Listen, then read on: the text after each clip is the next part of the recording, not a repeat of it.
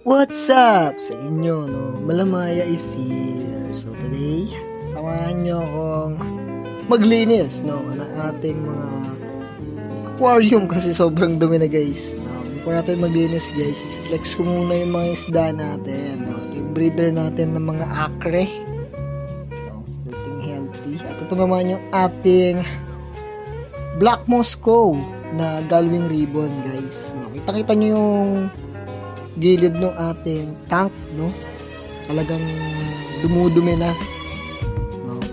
Kaya ang gagawin natin is talagang lilinisin natin yan. Pero yung harap lang muna. Pero yung the rest ng sides is hindi natin malilinisan. Ito naman yung ating ivory mosaic, no? Na tatlong female at isang male. Yung male niyan is naka-groom. Binagroom ko siya guys, no? Kahit hindi ganun kaganda yung kanyang pattern, no? Pero yun talaga, itatry pa rin natin pagandahin yung tail niya kahit hindi ganun kaganda yung pattern. Tapos ito naman yung ating mga ABT, no? Ayan, nakita nyo, diba? Napaka-solid guys. Sky blue yung mga tail, no? Nakita nyo, di pa kumakain itong mga to. So gagawin ko, papakainin ko muna sila, and then siguro mga 2 hours. Tapos, after 2 hours, tsaka tayo mag-water change. No? Para healthy sila. Tapos, ito naman yung ating pidert, guys. Yan. Yung tail ng male, hindi ko alam ano nangyari dyan. Diba nakagat siya ng female? Yung tail niya is parang nag-reddish lalo sa gitna. Ayan, no? Hindi ko alam ano nangyari dyan. Hindi ko naman ano nangyari. Ang weird lang ng pangyayari niyan eh. Tapos ito naman yung ating purple dragon na Dumbo Ear. No? Nag-drop yung female neto. Nasa 14 pa ata yung nailipat ko na fry niyan. Pero yung the rest niya nandiyan pa. Meron pa atang 4 or 3. Hindi ko nabilang. Basta medyo may natira pa naman na bilang naman sa daliri. Sobrang dami kasi niyang na-drop na second batch. So, papahinga na natin yung female na natin kasi nga, nag-drop na siya guys. No? Hindi na natin siya pwedeng i-breed ulit kasi nga, papangit yung quality ng ating purple dragon, no?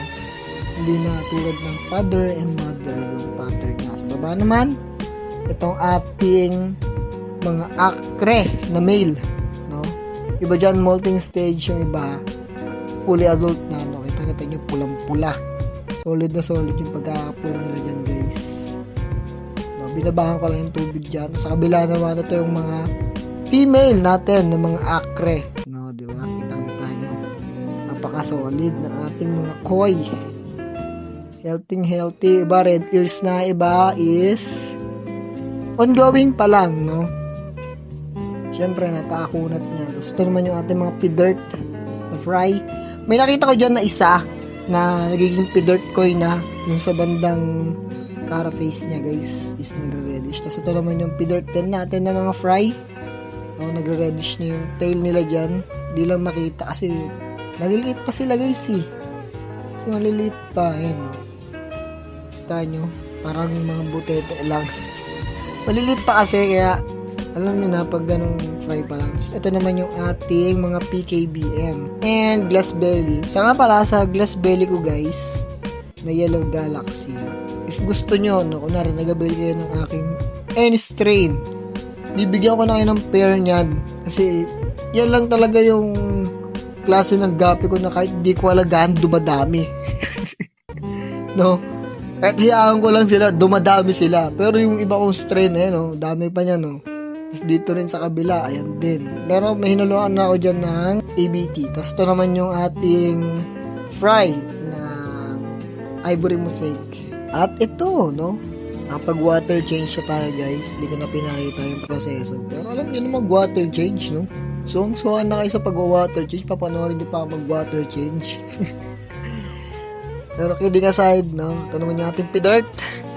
Nasa likod sila kasi nga kakapalit lang natin ng tubig. At ito naman yung ating purple dragon. Yan guys, napaka solid niyan.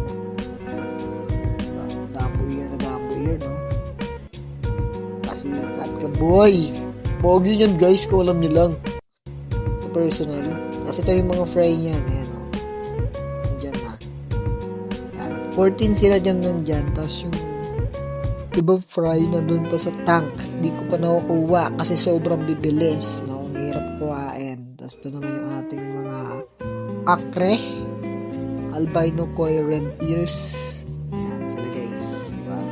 Chill lang sila lang. Hoy, ang problema dyan. Super red natin. Solid. Nag-drop na yan. Siguro isang piraso lang. Nakain kasi nung isa kong breeder visit wala tayong magagawa. Ganoon talaga. Fry eater yan Tapos ito naman yung ating mga Black Moscow, no? Takot sa tubig. I mean, hindi naman takot sa tubig. Takot sa tao. Hindi sila sanay guys. Hindi ko alam bakit. Kada mapapakain ako, okay lang naman. Pero pag may dadaan, yan, nagugulat sila. Tumatalon. Kaya binababaan ko lang yung tubig. Tapos naglalagay ako ng harang sa taas. So, ito naman yung ating mga Blue Ivory, no? Yan sila sa baba. Chill lang. Same yung tawag dito. Same yung problem ko dun sa Black Moscow na lumot-lumot na yung screen nung tangke ko. Tapos ito naman yung ating mga PKBM. Nakalinis tayo dyan. Clear na ang tubig.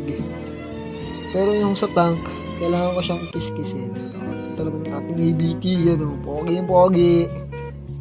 Magdadrop na naman yung isa dyan. Kitang-kita ko na. So, yun lang. In-update ko lang kayo sa aking mga isda, no, guys. Sana na-enjoy nyo sila. So, yun lang, guys. Happy Sunday sa inyo. Malamaya is out. Fish out.